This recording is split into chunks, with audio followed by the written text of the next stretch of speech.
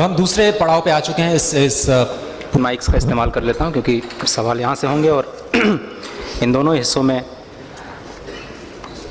इस पूरे सेशन में सबसे आसान काम जो होता है, पूरी दुनिया में सबसे आसान काम क्या है? सवाल करना। और सबसे मुश्किल काम है जवाब देना। जब भी रियल एस्टेट से जुड़ी कोई भी पॉलिसी आती है, तमाम लोग उसे अपॉर्चुनिटी के लिहाज से देखते हैं, कुछ लोग शक की निगाह से देखते हैं, कुछ लोग संदेह की निगाह से देखते हैं, कुछ लोग इल्ज़ाम लगाते हैं कि इसमें किसानों के हितों का ख्याल नहीं रखा गया, कुछ लोग इल्ज़ाम लगाते हैं कि केवल ये मार्केट फोर्सेस को फ़ायदा पहुंचाने के लिए जा रहा है। जो राजनीतिक विरोधी हैं वो दूसरे राजनीतिक दलों पर आरोप लगाते हैं कि आपने पर्टिकुलर टाइमिंग में लेकर के इस पॉलिसी को जब आप लेकर के आए तो आपने पर्टिकुलर इंडस्ट्री को फ़ायदा पहुँचाया, आपने कंज्यूमर्स के हितों का ख्याल नहीं रखा। क्या ये जो लैंड पूलिंग पॉलिसी है और ये जो कॉन्फ्रेंस है या ये जो सेशन है, अभी 2-3 दिन पहले ही आंध्र प्रदेश में नई लैंड पूलिंग पॉलिसी का ऐलान हुआ। वहाँ पर करीब 22,000 फार्मर्स ने अपना कंसेंट दिया है और 1 एकड़ ज़मीन के बदले जो वो देंगे सरकार को, उनको 1000 स्क्वायर यार्ड्स का रेजिडेंशियल प्लॉट और 300 स्क्वायर यार्ड्स का कमर्शियल प्लॉट्स देने का वायदा किया गया है। लेकिन वहाँ भी जो राजनीतिक दल हैं वो इसे एंटी फार्मर बता रहे हैं, एंटी कंज्यूमर बता रहे हैं और लगातार चंद्रबाबू नायडू साहब के पास हमले कर रहे हैं उनके ऊपर। तो क्या पहला सवाल हमारा ये उठता है, बहुत ही बुनियादी सवाल उठता है कि क्या ये जो लैंड पूलिंग पॉलिसी है या रियल एस्टेट से जुड़ा कोई भी, चाहे वो रियल एस्टेट बिल हो जो कि अर्बन डेवलपमेंट मिनिस्ट्री द्वारा तैयार किया गया हो, उसका भी हम जानते हैं कि किन किन स्टेज पे वो उसको संसद में पेश नहीं किया जा सका, पास नहीं किया जा सका, डेलिब्रेशंस की स्टेज में है अभी भी। पहला सवाल मेरा जाता है जयश्री कुरूप जी को और मैं उनसे जानना चाहूँगा कि क्या लैंड पूलिंग पॉलिसी, चाहे वो स्टेट लेवल पे हो या फिर नेशनल लेवल पे जिसकी बात चल रही है, क्या वो ट्रांसपेरेंट हैं और क्या वो ऐसी पॉलिसी हैं जिसमें कि सवालों का जवाब अपने आप मिल जाता है और वो संदेह के घेरे में नहीं आती, सवालों के घेरे में नहीं आती? अजय, आज जो लैंड पूलिंग पॉलिसी है, it's at the beginning of its cycle. तो जब आप देखें एक निर्देश दिया गया है एंड अभी मार्केट में उसका पूरा वो डिटेल्स स्पेल आउट नहीं हुए हैं। इस स्टेज पे अगर आप देखें, there has been a lot of investment. Delhi में बाकी मार्केट्स में जो इन्वेस्टमेंट होता था वो नजफगढ़ की तरफ, न्यू एरियाज की तरफ जा चुका है। A very large volume of money has gone into it, but is this for the retail investors? No, this is not for the retail investors. छोटे investors अगर न्यू एरियाज में जाएं जहाँ पे अभी पूरा पॉलिसी प्ले आउट नहीं हुआ है, they stand to lose money, and this is something that we've been saying again and again. There is a stage when different sections of the market has to enter, and you cannot jump the gun and go there. It's very high risk, and you stand to lose money.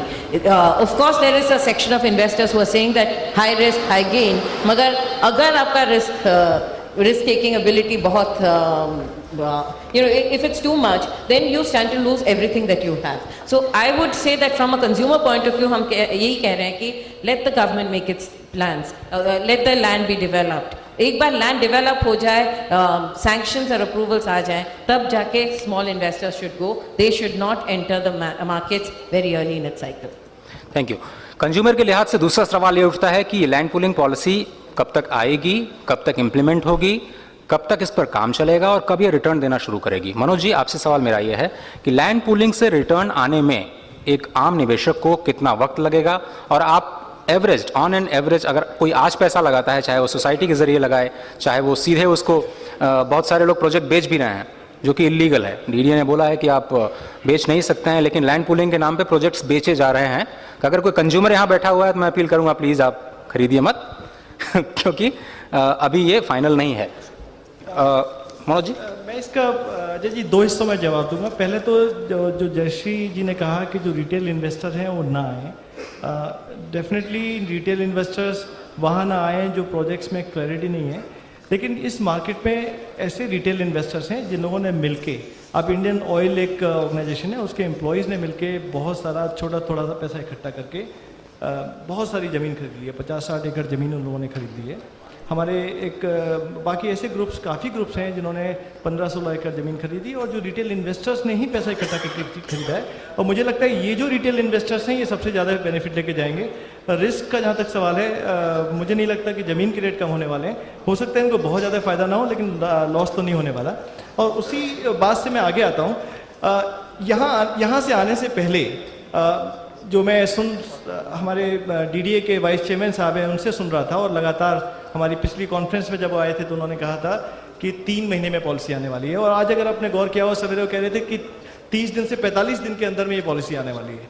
तो अगर मैं DDA के नज़रिए से देखूं कि DDA की तैयारी तो बहुत अच्छी है, वो लोग तो कोशिश कर रहे हैं कि एकदम तैयार हो, लेकिन आज के जो सवेरे डिस्कशन हुए और हमारे जो अर्बन डेवलपमेंट सेक्रेटरी साहब ने जो नए थॉट्स टेबल पे रखे, उससे मुझे लगता है कि कहीं पे अर्बन डेवलपमेंट मिनिस्ट्री इस चीज़ को इस नज़र से देखेगी कि क्यों केवल 225 का एफआईआर, क्यों ना इसको एफआईआर को बढ़ाया जाए, क्यों ना सब जगह सेम तरीके का लैंड यूज़ किया जाए, मिक्स लैंड यूज़ क्यों ना किया जाए। सो अगर उस तरफ जाते हैं तो मुझे लगता है ये मामला लंबा खिंच सकता है, हो सकता है 1.5-2 साल लग जाएं। लेकिन अगर डीडीए का जो नज़रिया है वो प्रिवेल करता है तो 45 दिन। तो मैं बहुत वाइड स्पेक्ट्रम दे रहा हूँ। बहुत खुश आए थे सवेरे, ये सुन के अच्छा लगा था कि 45 दिन में होगा, लेकिन अच्छी बात है कि 2 साल लगेंगे। लेकिन साथ में जो बात आई थी कि बहुत ज़्यादा एफआईआर होगा, मिक्स लैंड यूज़ होगा, तो इन्वेस्टर्स के लिहाज से देरी हो सकती है, लेकिन अल्टीमेटली फ़ायदा बहुत होने वाला है। इन्वेस्टर्स के लिहाज से देरी हो सकती है, लेकिन फ़ायदा बहुत होने वाला है। ऑडियंस के कुछ क्वेश्चंस आए हैं, उनमें सबसे पहले रोहित जी ने हमसे पूछा है।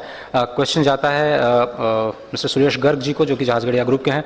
Will the FIR be given as entire area pooled और will it be given as the area that is return? Suresh जी।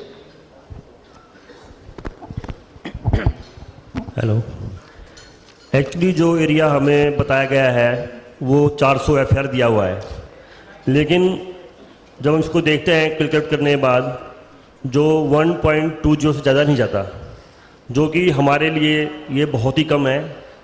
कहने के लिए तो 400 है, काफ़ी अच्छा है, और दिल्ली के अंदर जो 200 दिया जा रहा है उनको 300 कर रहे हैं, और बताया गया था कि क्यों ना इनको भी 400 कर दिया जाए दिल्ली के अंदर। बाकी जब बाहर का हिसाब लगाते हैं तो काफ़ी कुछ लोगों के अंदर मिसअंडरस्टैंडिंग फैली हुई है। सुबह क्वेश्चन कई लोगों ने पूछा था इसके बारे में, उनको भी ढंग से जवाब नहीं मिल पाया इसका। तो मैं रिक्वेस्ट करना चाहूँगा मैं ऐसी बॉडी से कि इस एरिया को कुछ बढ़ाया जाए, जो हमें लैंड रिटर्न मिलती है वापस 60% या 48%, हमें 400 एफआईआर उसके ऊपर दिया जाए। लेकिन उस पर भी नहीं मिल रहा, हमें जो लैंड बिल्टअप एरिया मिलेगा उसके ऊपर एफआईआर दिया हुआ है। हम 100 एकड़ देंगे, 60 एकड़ मिलेगी, 60 एकड़ को भी कैलकुलेट नहीं कर रहे। वो 60 एकड़ के बाद जो बिल्टअप एरिया मिलेगा उस पर 400 एफआईआर है, जो वास्तव में दिल्ली के हिसाब से, इंडिया के हिसाब से सबसे कम होगा, जाते मैं समझता हूँ। चलिए, तो ये क्लैरिटी आ गई कि जो आपको एरिया रिटर्न किया जाएगा उस पर जो एफआईआर है वो दिया गया है, पूरे एंटायर एरिया पे नहीं है। दूसरा सवाल आपसे है मिस्टर लांबा, क्या ये जो डेवलपर एंटिटी हैं ये कोई कंपनी होगी, सोसाइटी होगी या कोऑपरेटिव सोसाइटी होगी? ये भी सवाल रोहित का ही है। सो डेवलपर एंटिटी के अंडर जो एज पर रेगुलेशंस और व्हाटएवर ड्राफ्ट इज आउट, उसमें they are entertaining as an, you can be a society, you can be a developer, or you can be, you know, group of people put together. But howsoever, we are of a very firm opinion that we typically don't favor too much of a society kind of a development, because to us the reason corporate developers, you know, people like Omax, people other good developers have come, because real estate is a very specialized industry, and it's not like, you know, a roadside everybody and anyone can get in. If you really want to see, अगर हमें quality development देखनी है India में, then you know these big player, institutional players who have over a period of time gained their expertise and developing real estate, they should be encouraged. There should be very strict norms for you to be able to be getting license to develop that land, which I think as of now are very lenient, which I think should encourage more of corporate and more of professional developers to develop these sort of things. If we're really looking at a good quality development, if we are looking at an average development, as in, you know, whatever we've been seeing in Delhi, in those, you know, typical South Delhi, those floors kind of things, which I think are a good interior wise, but not a very high quality of a development, then I think developers only should be encouraged. तो I think more और less clear है कि cooperative society बना तो सकती है, लेकिन obviously उसको आउटसोर्स करना पड़ेगा किसी अच्छे डेवलपर को या इंस्टीट्यूशन डेवलपर को। शुक्रिया आपका। कुछ सवाल जो है डीडीए से रिलेटेड है. I don't see anybody representing DDA here. लेकिन मनोज जी, अगर आप ये बता पाएं या गेस कर पाएं कि अगर डीडीए लैंड को रिटर्न करने में देरी करता है तो क्या उसका कंपनसेशन मिलेगा?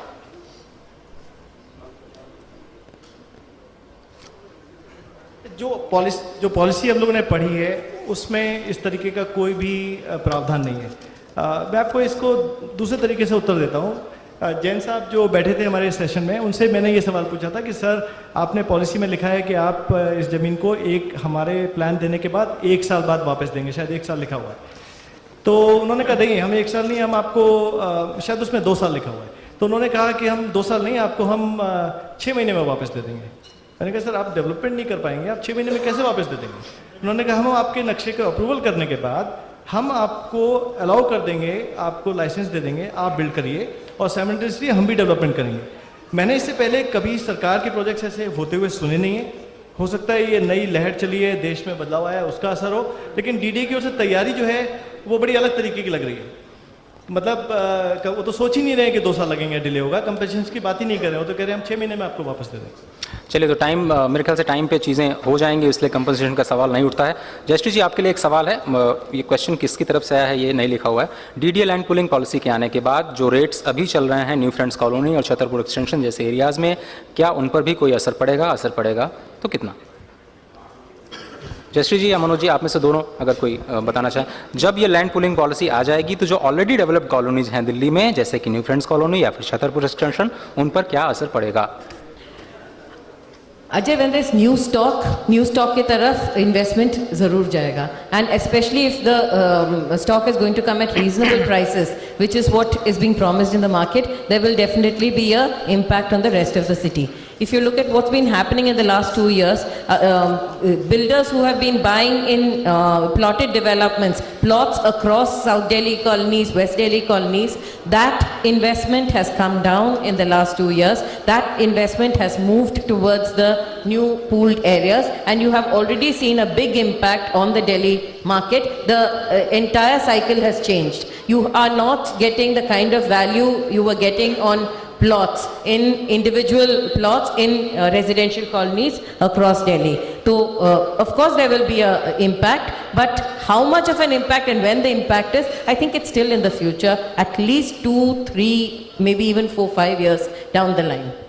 एक डेवलपर का पर्सपेक्टिव ले लेते हैं. मोहित जी, अगर आप इस पे कमेंट देना चाहें कि दिल्ली में क्या प्राइसेस पे मैं अग्री करता हूँ जयश्री जी से, लेकिन मैं थोड़ा अभी मैं जैसे सुबह से सुन रहा हूँ सारी बातें.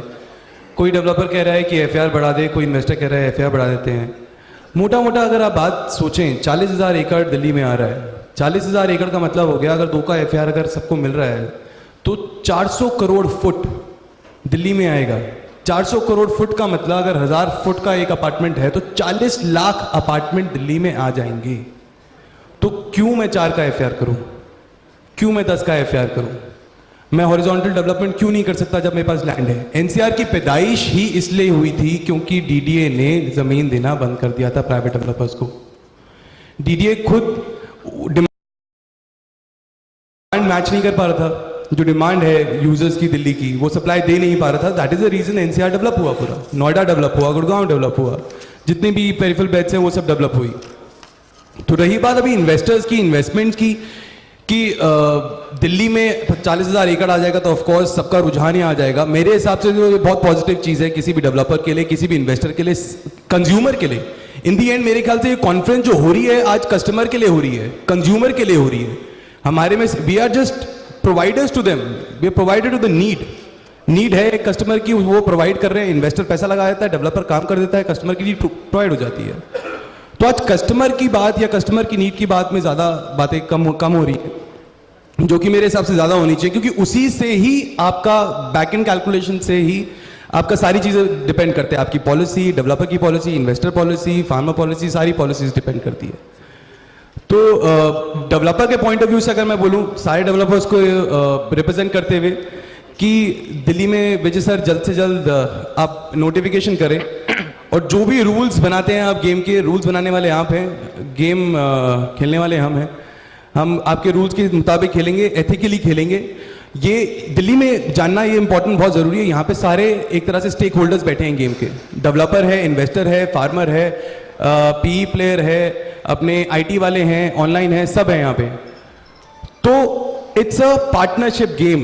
किसी का एक बंदा, मैंने नोएडा में जाके नॉर्टन ले ली, खत्म, मेरा गेम है। It's not this game, there has to be partnerships. और पार्टनरशिप जो होगी बहुत मेरे ख्याल से लॉन्ग रन में वही चल सकता है जो सचिन तेंदुलकर और सहवाग वाली पार्टनरशिप ना पाए। तो यहाँ पे मैं सबको ये बात बोलूँगा कि कैसे हम पार्टनरशिप जोड़ सकते हैं without doubting on each other in future. कोई ऐसा लकूना या लूपहोल ना छोड़े हम लोग पॉलिसी में कि पता लगे 2 साल बाद डेवलपर फार्मर से लड़ रहा है, फार्मर डेवलपर से लड़ रहा है, इन दी एंड कस्टमर परेशान हो रहा है। आज द्वारका एक्सप्रेसवे गुड़गांव में द्वारका एक्सप्रेसवे पिटा हुआ है, उसमें डेवलपर की गलती नहीं है।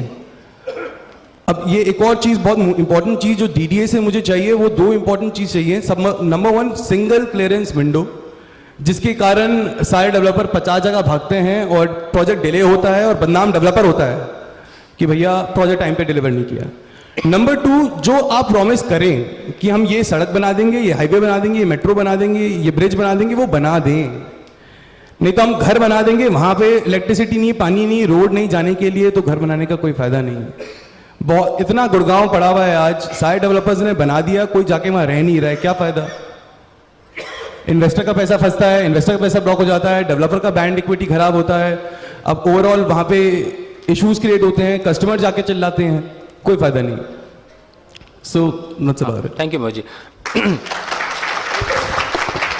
चलिए, ऑडियंस ने खुद ही अपने आप ये कह दिया। मनोज जी, थोड़ा सा मैं इस चीज़ को थोड़ा सा और आगे बढ़ाऊं और अगर सवाल आपसे ये करूं कि एनसीआर के ऊपर प्राइसेस पे क्या इम्पैक्ट पड़ेगा और गुड़गांव, गाज़ियाबाद या आपके फरीदाबाद में क्या प्राइसेस नीचे आएंगी? कंज्यूमर्स के लिहाज से क्या एक अच्छी खबर है, हॉरिजॉन्टल या जिस तरह से मोहित कर रहे हैं, या फिर vertical development under land pooling policy? मुझे अगर इजाज़त दें तो मैं जयश्री जी को जो सवाल किया था उसका थोड़ा सा हाँ बिल्कुल, वही सवाल है, उसको एक्सटेंड कर रहा हूँ। नहीं, वो एक्चुअली आपने साउथ दिल्ली मार्केट का सवाल किया था। इस पूरे सवेरे से जो हमने डिस्कशन किया है वो लैंड पूलिंग पॉलिसी पे किया है, मतलब आर जोन पे।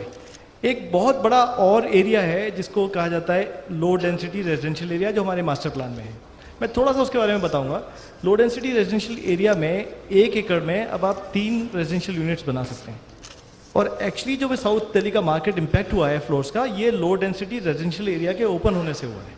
और ये जब पिछले साल से ये पॉलिसी आई है, काफ़ी बिल्डर फ्लोर्स जो हैं उसकी इन्वेंट्री जो है खाली पड़ी हुई है और इन्वेस्टमेंट उधर की तरफ जा रहा है। आज डिस्कशन का विषय नहीं है, पर जस्ट ये मुद्दा उठाना चाहता था कि सिर्फ लैंड पूलिंग पॉलिसी नहीं बल्कि एलडीआरए की वजह से भी साउथ दिल्ली के मार्केट में फ़र्क पड़ने वाला है।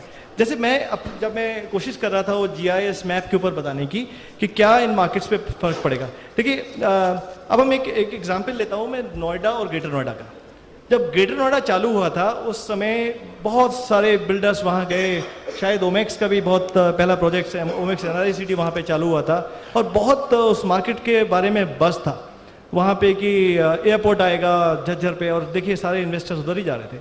और आज वो मार्केट मेरे ख्याल से सबसे पैसिव मार्केट है। अगर मैं जिसको ग्रेटर नोएडा वेस्ट बोला जाता है उसको मैं छोड़ दूँ तो, क्योंकि वो नोएडा की प्रॉक्सिमिटी में है।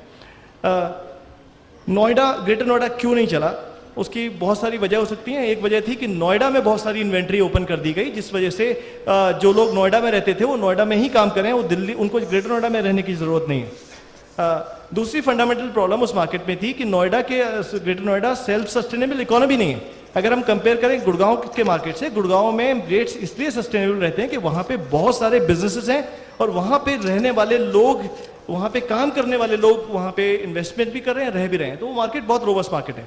तो मैंने ये एग्जांपल इसलिए दिया कि जो मार्केट्स हैं उसका इसी तरीके से फंडामेंटल फर्क पड़ने वाला है, क्योंकि दिल्ली के जो लोग दिल्ली में काम करते हैं और आज जाके नोएडा या फिर राजनगर एक्सटेंशन या बहुत ज़्यादा दूर जगह जाके रहते हैं, अगर उनको ऑप्शन अवेलेबल होता है दिल्ली के अंदर एक सस्ते रेट में, तो ये मार्केट शिफ्ट होगा।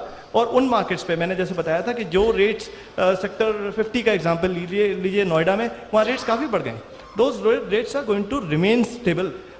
बहुत कम देखा गया है मार्केट्स में कि रेट कम डाउन होते हैं, बट अगर 2 या 3 साल तक आपका रेट कांस्टेंट रहता है तो एक्चुअली वो डाउन हुआ है, क्योंकि उसकी प्रेजेंट वैल्यू तो कम हुई है। तो मेरा तो बिल्कुल पहलू है कि इतनी इन्वेंट्री खुलने के बाद जो इन्वेस्टमेंट का तरीका है वो बदलेगा। और मैं मोहित की बात से बिल्कुल एग्री करता हूँ कि जो कैलकुलेशन है, एक्चुअली इनके कैलकुलेशन में 24 लाख मकान आते हैं। 24 लाख मकान बहुत होते हैं, लेकिन मैं खुद इस बात को बोलूँगा कि FAR बढ़ना चाहिए, क्योंकि बाकी बची हुई ज़मीन को आप किसी और चीज़ के लिए इस्तेमाल कर लीजिए, क्योंकि आने वाले समय में हमको ज़मीन तो पैदा होने ही वाली नहीं है। तो वो एक इंडिविजुअल व्यू है, मैं इस पर डिस्कशन पे ज़्यादा नहीं जा प्लीज़।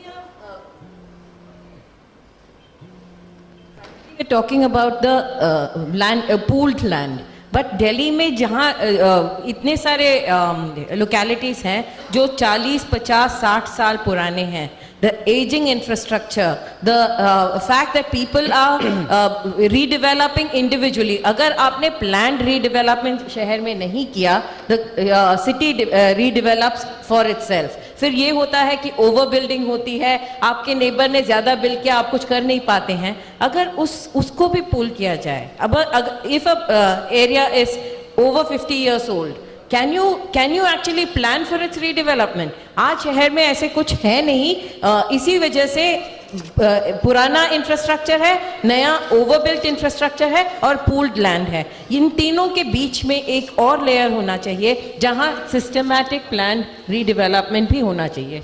चलिए, मेरे पास 25 मिनट बचे हैं. मैं जल्दी से जल्दी और भी जो सवाल हैं उनको समझने की और रखने की कोशिश करता हूँ. अब टिल 5 उसके बाद वैलिडिटी सेशन पर आएंगे. आप प्लीज़ प्रदीप जी 5 में ख़त्म करेंगे सर.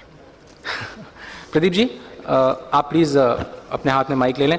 सवाल ये आया है कि आपके रेवांटा ग्रुप में जो सोसाइटी है, क्या उसका किसी दूसरे सोसाइटी के साथ MOU है, और अगर ऐसा है तो क्या जो ऑलरेडी मेंबर्स हैं उनके जो इंटरेस्ट हैं वो आपने प्रोटेक्ट करके रखा हुआ है? स्पेसिफिकली आपसे सवाल है. जो रेवांता सोसाइटी एक multi state cooperative group housing society है, और थोड़ा सा कॉन्सेप्ट मैं क्लियर करना चाहता हूँ कि सुबह से जैसे काफ़ी लोग कह रहे हैं it's illegal to sell in society. Society model में क्या है, एक group of people going together and buying land together. So it's not illegal to buy land. If someone has 10 lakh rupees, he cannot buy and purchase 1 acre of land. So he has to pool together and purchase land in a society mode, and the money is secure because we are providing share certificates to all the members who are completing their land cost. एक सवाल ये भी है कि क्या कोई commitment time आपने दिया है अपने मेंबर्स को इस MOU के लिए, और जब फाइनल पॉलिसी नहीं आई है तो आप बिल्डअप यूनिट्स को क्या बेच रहे हैं, और अगर ऐसा कर रहे हैं तो क्यों कर रहे हैं? There is no word like MOU in society. It's only share certificate. So there is no commitment. People know they are putting their shares for the land only. ठीक है, शुक्रिया. एक बहुत ही इंटरेस्टिंग सवाल मेरे पास आया है. एक बहुत ही इंटरेस्टिंग सवाल मेरे पास आया है, और वो ये है कि क्या इस पॉलिसी के आने के बाद दिल्ली में गांव बचेंगे? क्या यहाँ पर विलेजेस रह पाएंगे, या एग्रीकल्चर लैंड पूरी तरह से ख़त्म हो जाएगी और सब्जी या फिर जो फूल या फल गार्डनिंग करते हैं उसके लिए भी ज़मीन बचेगी या नहीं बचेगी? कौन इसका जवाब देगा, मैं समझ नहीं पा रहा हूँ. मोहित, आप इंटरेस्टेड?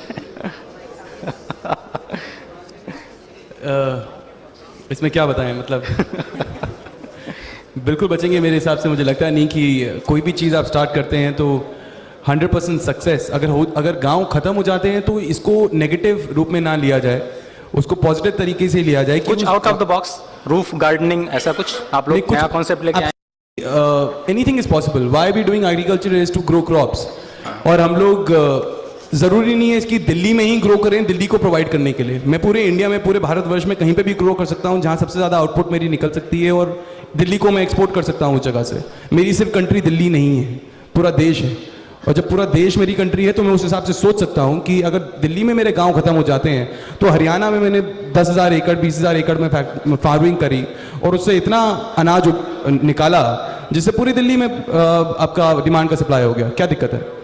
कोई प्रॉब्लम नहीं है. सो ये रूफटॉप गार्ड सर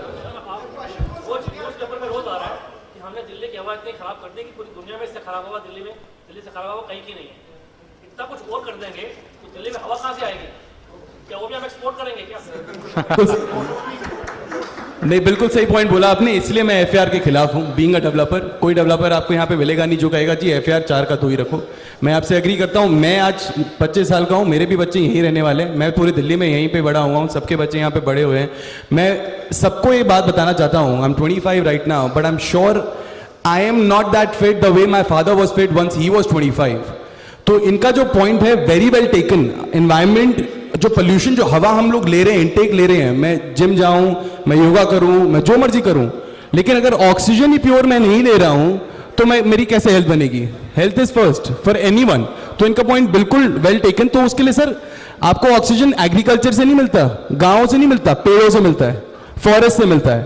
तो उसके लिए हम लोग फॉरेस्ट प्लान करेंगे। विजय सर ने, अब आई डोंट नो, प्रेजेंटेशन नहीं दी, प्रेजेंटेशन में बताया नहीं बताया, he is planning forest cover to increase in Delhi so that ये प्रॉब्लम आपका सॉल्व हो, और प्लस ये जो डेवलपमेंट हो रही है ये डेवलपमेंट भी हो। एग्रीकल्चर से ऑक्सीजन नहीं मिलता क्या?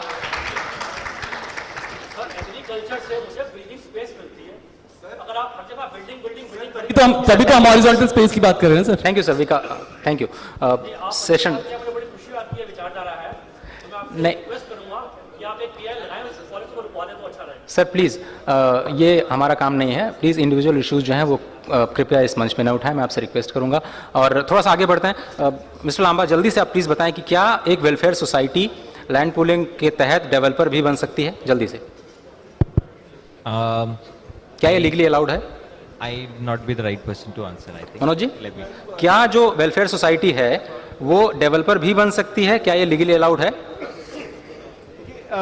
मेरे ख्याल से डीडीए ने बहुत साफ बोला था सवेरे कि जो ओनर है वो डेवलपमेंट एंटिटी बन सकता है। वो इंडिविजुअल हो सकता है या सोसाइटी हो सकता है। उन्होंने कहा कि हम तो फर्क ही नहीं पड़ता है कौन है, हमें तो ओनरशिप देखनी है। सो उस डेफिनेशन से बन सकता है। और मैं मुझे मालूम है लांबा साहब ने बोला कि क्वालिटी अगर रखनी है तो प्रोफेशनल लोगों को लाएं। इतना ज़्यादा डेवलपमेंट होना है कि सारे लोग आएंगे तो शायद ठीक रहेगा। हो सकता है सभी को ए ग्रेड कंस्ट्रक्शन की आवश्यकता ना भी हो। सो वो एक अलग बात है। I just like to add here, जो मैंने पॉइंट मेंशन किया था, जो कि और ज्योग्राफीज में, जो कि हरियाणा में, यूपी में होता है, किसी भी डेवलपमेंट करने के लिए आपको डेवलपर कैटेगराइज करने के लिए क्राइटेरिया रहता है। जो मैं स्ट्रेस कर रहा था, एक फाइनेंशियल कैपेबिलिटी होता है, एक टेक्निकल कैपेबिलिटी और होता है, और एक पास्ट एक्सपीरियंस होता है। Minimum about 1 million square feet, 2 million square feet आपने इतने घर बनाए हुए होने चाहिए। क्योंकि एक इंडिविजुअल, मुझे अपने लिए घर बनाना और बात है, और मुझे अगर एक सोसाइटी बनानी है 25 एकड़ की जिसमें 500,000 लोग रहेंगे, तो उसमें बहुत सारी चीज़ें आती हैं। अपार्टमेंट ओनरशिप एक्ट आते हैं, ग्रीन बिल्डिंग्स आती हैं, जिसका कि फर्स्ट टाइम एक्सपीरियंस से नहीं आता है। You have to have a good experience. एक सवाल ये भी है कि क्या 5 से 10 सोसाइटीज एक साथ आकर के लैंड को पूल कर सकती हैं और इस प्रक्रिया में हिस्सेदारी ले सकती हैं, कुछ काम कर सकती हैं? क्या सोसाइटीज़ को आपस में पूल करना अलाउड है, अलग अलग सोसाइटीज़ को? लगता है इन एब्सेंशिया मैं डीडीए का जवाब दे रहा हूँ। डीडीए से रिक्वेस्ट करूँगा कि मुझे एडिशनल पैसा दे दें। इस सवाल का जवाब भी शायद पहले आ चुका था, इससे पहले सेशन में। उसमें मैं बड़ा खुश था, जो जवाब दिए जा रहे थे बहुत साफ साफ थे। उन डीडीए को इससे मतलब नहीं है, वो आपस में लोगों को नहीं मिलाएगा। अगर आपने एग्रीमेंट करके आते हैं आपस में तो आप आ सकते हैं, ये मैंने साफ साफ सुना था और इसी प्रश्न का सीधा उत्तर था। जयश्री जी, एक सवाल यह है कि जो एग्रीकल्चर सर्कल रेट्स हैं वो 53 लाख पर एकड़ हैं, जबकि जो मार्केट रेट है वो करीब करीब 2.5 से 3.5 करोड़ के बीच में है, जो कि रिवाइज नहीं किया गया है। ऐसा क्यों है? I'm not the right person to answer this. Sir, मैंने कहा था कि सवाल करना सबसे आसान है। चूंकि हमने ऑडियंस के लिए खोल दिया है, इसलिए बहुत सारे सवाल हैं। Let me take all the difficult questions today, no worries. Please. So, circle rate revise नहीं हुए, 50 लाख 53 लाख आपने बताया, और मार्केट रेट करीब 2-2.5 करोड़ पे 3 करोड़ पे एकड़ चल रहा है। तो मेरे ख्याल से सर्कल रेट्स डेफिनेटली रिवाइज होंगे इन फ्यूचर। अभी इसलिए रिवाइज नहीं हो रहे क्योंकि जो आप रेट्स की बात कर रहे हो that's all speculative. Market rate की जो आप बात कर रहे हैं दैट्स ऑल स्पेक्यूलेटिव। तो on the basis of speculation I don't think so any government organization should take a decision of increasing the circle rates. Thank you very much. मैं वक्त की कमी की वजह से इस